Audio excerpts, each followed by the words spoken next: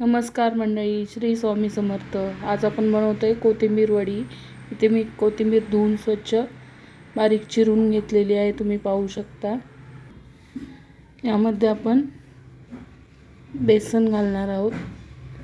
चण्याच्या डाळीचं पीठ, घरगुती दळलेलं पीठ आहे हे, तुम्ही पाहू शकता। आता मी अजून एक बाउल बेसनचं पीठ घालत आहे। 2 बाउल ऑलरेडी आपलं बेसन पीठ झालेलं आहे।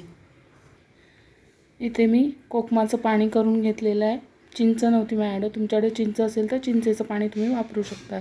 चिंच आणि गूळ, मी इथं कोकम आणि गूळ घेतलेला आहे। आता आपण ते पाणी यामध्ये मिक्स करणार आहोत। आधी मसाले घालून घेऊया आपण। लाल तिखट,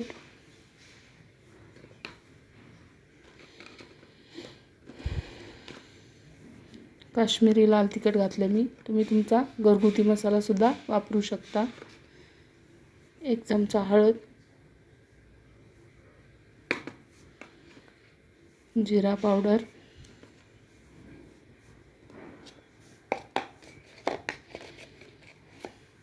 धना पावडर,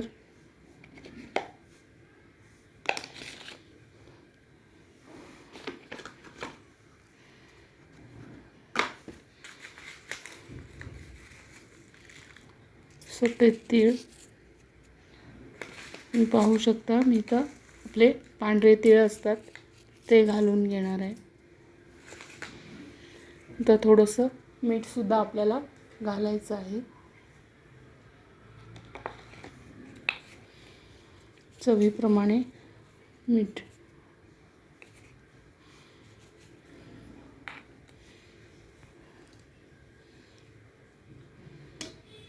आता हे कोकमाचं पाणी आपण त्यामध्ये घालून मळून घेणार आहोत। छान असं मिक्स करून घेऊया आपण।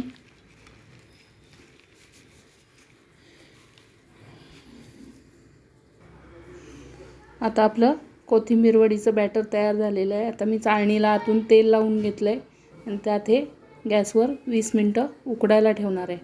15 मिनटं उकडलं तरी चालेल। थोड्या वेळानं आपण बघूया आपली कोथिंबीर वडी कशी झाली ते मी तुम्हाला दाखवते। आता मी 15 मिनटं गॅसवर ठेवते उकडायला।